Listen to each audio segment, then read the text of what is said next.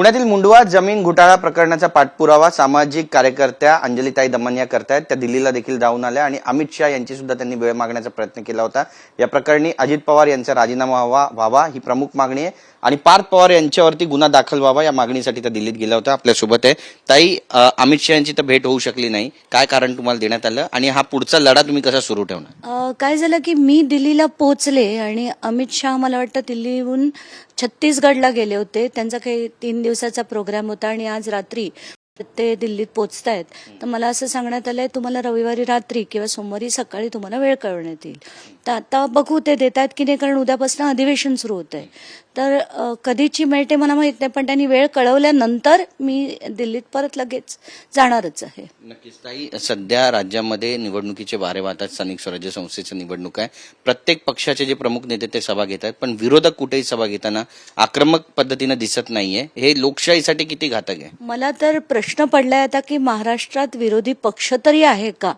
कारण कुठेच मी बघतेय की काँग्रेसचे नेते 1-2 सोडले तर कोणी सभा घेताना दिसत नाहीयेत, काही विशेष लढताना दिसत नाहीत। त्यांनी सगळ्याच असं हे सोडून दिलंय का लढणं, की आता त्यांनी सरेंडरच केलंय असा प्रश्न पडायला लागलाय का त्यांच्या फाईल्स आहेत त्याच्यावर त्यांना धाक घातला गेला हेही माहित नाहीये। पण आताच्या घटकेला विरोधक दिसत नाहीयेत आणि हे खरंच खूप खूप घातक आहे। हे लोकशाहीसाठी खरंच खूप घातक आहे। नक्कीच ताई, संतोष देशमुख हत्याकांडाला आता 1 वर्ष पूर्ण होत आलेलं आहे आणि तुम्ही सुद्धा धनंजय मुंडे यांच्या राजीनाम्याची मागणी केली। वाल्मिक कराड तुरुंगात पोहोचले, त्यांचा राजीनामा देखील झाला। पण ते धनंजय मुंडे परळीतल्या सभेमध्ये आता म्हणतायत की जेव्हा लोकांना परळीकरांना गरज असते तेव्हा त्यांना देवाभाऊ आठवतात, त्यांना धनंजय मुंडे आठवतात आणि इथले भगवान मीच आहे अशा आशयाचं त्यांचं भाषण होतं कालचं, काय म्हणाल? नाही, मला असं वाटतं की आता धनंजय मुंडेंचं ना मानसिक संतुलन कुठेतरी बिघडताना दिसतंय। त्यांना आधी आपण त्यांच्या सभेत त्या कराडचे फोटो काय बघितले, बॅनर्स बघितले, त्यानंतर त्यांना त्यांची उणीव भासवते असं ते जे म्हणाले की उणीव भासते त्यांची, आणि त्यानंतर आता कालचं स्टेटमेंट हे सगळं बघून मला इतकं विचित्र वाटतंय की या माणसाचं खरंच काही मानसिक संतुलन बिघडलंय का, की लोक देवाचे धागे घालण्याआधी माझ्याकडे येतात म्हणजे मी किती मोठा आहे असं कोणीतरी म्हणतं का? कधी कितीही माणूस मोठा असेल, अगदी मला वाटतं मुख्यमंत्री सुद्धा असं विधान कधी करत नसतील की लोक देवाकडे जाण्याच्या आधी माझ्याकडे येतात। पण मला असं वाटतं की मंत्रिपद गेल्यानंतर त्यांचं मानसिक संतुलन कुठेतरी बिघडलंय असं याच्या स्टेटमेंटमधनं दिसतंय। ते म्हणतात की मंत्रिपद गेलं तरी पण मी बऱ्याच वेळा मंत्री झालो असं सुद्धा ते म्हणतात आणि त्यासोबतच म्हणतात की परळीत आपणच भगवान आहे।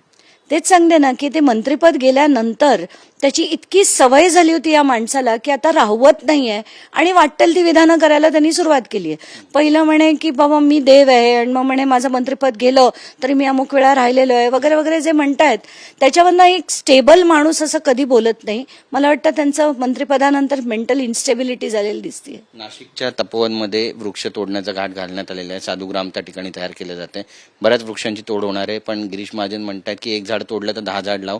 काय नेमकं तुम्हाला वाटतं यामागचं कारण? मला असं वाटतं की कुठलाही व्यक्ती, कुठलाही मंत्री जर त्याची बुद्धी ठिकाणावर असेल तर असे उद्योग कधीही कोणी केले नसते।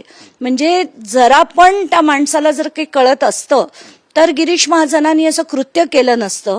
आत्ताच्या घटकेला ते जे घाट घालून ते साधुग्राम बनवण्याच्या याच्या खाली ते जे करण्याचा प्रयत्न करतायत, जी झाडांची कत्तल करण्याचा प्रयत्न करतायत, मला असं वाटतं की याच्या मागे त्यांचा हेतू आहे।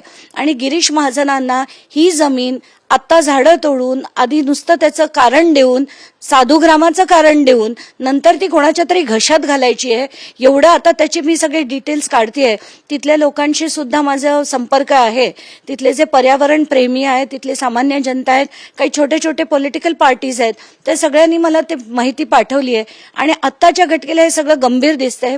गिरीश महाजनांना वॉर्निंग, तुम्ही तिथल्या झाडांना हात लावून दाखवा, तुम्हाला प्रत्येक निवडणुकीत मी तुमच्या विरुद्ध येऊन प्रचार करून तुम्हाला हलवेन, मी हरवायची हे लोकांना सांगेन। कारण आत्ताच्या घटकेला गिरीश महाजनांना डोकं ठिकाणावर आणणं गरजेचं आहे। गिरीश महाजन यांची जी भूमिका आहे ती संशयास्पद असं म्हणायचं तुम्हाला? मला क्लिअर कट असं वाटतंय की गिरीश महाजन साधुग्रामाच्या नावाखाली ही जमीन कोणाच्या तरी घशात घालणार आहेत. ते आधी झाडांची कत्तल, कारण साधूंना त्यांच्या वाटिका बनवल्या असत्या तिथे तर त्यांना त्याच्यात राहणं जास्त आवडलं असतं, पण ते कारण देऊन तिथे ही जमीन भुईसपाट करून कोणाच्या तरी घशात घालायची आहे एवढंच मात्र स्पष्ट दिसतंय. नक्कीच. आताही सिंधुदुर्गमध्ये आपण पाहतोय की राजकारण देत एका वेगळ्याच लेवलवर पोहोचलेलं आहे, संघर्ष वाढलेला आहे. शिंदेची शिवसेना आणि भाजपमध्ये. निलेश राणे यांनी व्हिडिओ बाहेर काढला पैशांचा, भाजप कार्यकर्त्याच्या घराचा, आणि त्यांच्यावरच गुन्हा दाखल झाला, कॅमेरामॅनवर गुन्हा दाखल झाला. आता रवींद्र चव्हाण यांनी पण त्यांच्यावरती टीका केली. काय म्हणा? नाही, मला एक कळत नाहीये की निलेश राणे त्यांनी अगदी घरात जाऊन ती कॅश पकडवून दिली त्याच्या विरुद्ध आणि म्हणतात की भाजपने अमुक तमुक केलं. मग तुम्ही तुमच्या वडिलांना आणि भावाला सांगितलं का? कारण ते त्याच भाजपमध्ये आहेत आणि तुमचे भाऊ आता तुमच्या विरुद्ध बोलतायत. मला हे राजकारण न समजेनासं झालंय. कोण काय करतंय, कसला धुडगूस घालतायत हे महाराष्ट्रात. एकेकाची विधानं बघितली आपण, त्यांची विधानं. निलेश विरुद्ध नितेश बघितलं, त्यानंतर रवींद्र चव्हाण काय म्हणाले ते बघितलं, मग उदय सामंत काय म्हणाले ते बघितलं. एवढंच नाही तर कोणी म्हणतंय लक्ष्मी दर्शन, कोणी म्हणतंय तिजोरीची चावी आमच्याकडे, तर दुसरं म्हणतं तिजोरीचे मालक आमच्याकडे आहेत. मालक जनता आहे हे मात्र सगळे विसरून गेलेले दिसत आहेत.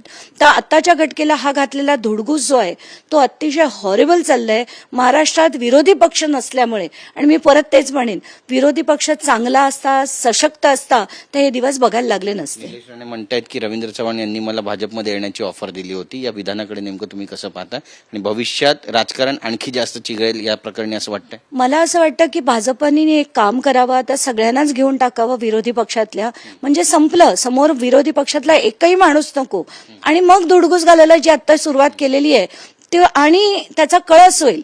म्हणजे आम्हाला लोकशाही एकदाची संपली, त्याला आपण तिलांजली देऊन पुढे आपलं जे जसं आहे तसं आयुष्यात जगू आपण. तुम्ही म्हणता विरोधक त्यांची बाजू मांडत नाहीये. एकनाथ खडसेंचं या दरम्यान विधान येतं आणि एकनाथ खडसेंना वाटतंय की ते भाजपमध्येच आहेत अजून पण. कसं पाहता याकडे? मला एकनाथ खडसेंबद्दल खरंच काही बोलायचं नाही. त्यांनी विधान काय केलं तेही मला माहिती नाही, ना जाणून घेण्याची इच्छा आहे. कारण भाजपानं त्यांना उचलून फेकून दिलं होतं आणि त्यानंतर अजूनही त्यांना वाटत असेल कदाचित भाजपमध्ये आहेत, कारण ते एवढे वर्ष भाजपात राहून राहून डोक्यात तेच बसलेलं दिसतंय त्यांच्या. भाजपला मतदान करा असं विधान त्यांनी केलं. बापरे, म्हणजे हे तर अतिच झालं. काय बॅकडोर टॉक्स चालले असतील मला माहित नाही, पण आताच्या घटकेला भाजपने ना खरंच खूप घाण केली एवढंच म्हणावं असं वाटतं. धन्यवाद आमच्याशी बातचीत केल्याबद्दल. Camera person Kamlesh, Girish Gaikwad, TV9 Marathi, Mumbai.